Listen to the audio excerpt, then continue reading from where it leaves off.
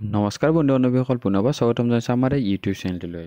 বন্ধু বান্ধৱীসকল, আপোনালোকৰ বাবে বহুত ভাল খবৰ, কিয়নো অসম চৰকাৰৰ বহুত নতুন চাকৰি একেলগে মুকলি কৰা হৈছে।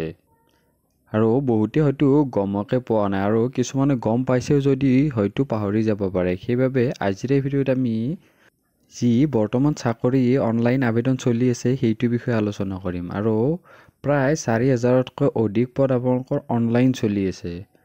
যদি এতিয়াও আবেদন কৰা নাই, এতিয়াই আবেদন কৰি লওক, আৰু অন্তিম তাৰিখ বেছি দিন নাই। সেইবাবে আপোনালোকে ঘৰতে আবেদন কৰিব পাৰিব। ইয়াৰ বাবে কি কি বিভাগত খালী হৈছে আমি গোটেইকেইটা আলোচনা কৰোঁ। তেনেহ'লে পলম নকৰাকৈ আজিৰ এই ভিডিঅ'টো আমি আৰম্ভণি কৰোঁ। বন্ধু বান্ধৱীসকল, হেল্থ ডিপাৰ্টমেণ্টৰ DHSৰ ৰিক্ৰুইটমেণ্ট আৰম্ভ হৈছে, আৰু টেকনিকেল পদৰ বাবে প্ৰায় 919টা পদ খালী কৰা হৈছে। আৰু এইটো আপোনালোকে অনলাইন মাধ্যমেৰে আবেদন কৰিব লাগিব। আৰম্ভণি অলৰেডি হৈ গৈছে। 18 তাৰিখ আপোনালোকৰ লাষ্ট ডেট। সেইবাবে আপোনালোকে এতিয়াই আবেদন কৰি লওক, কিয়নো 919টা পদ আছে ইয়াত।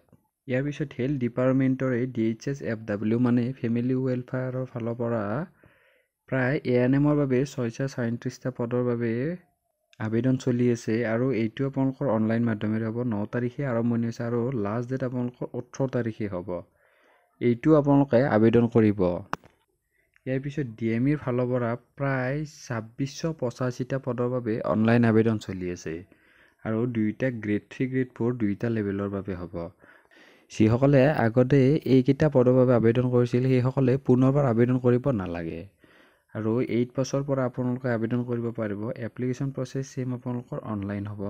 লগতে আৰম্ভণিও 9 ডিচেম্বৰৰ পৰা হৈছে, আৰু শেষ আপোনালোকৰ 18 ডিচেম্বৰ।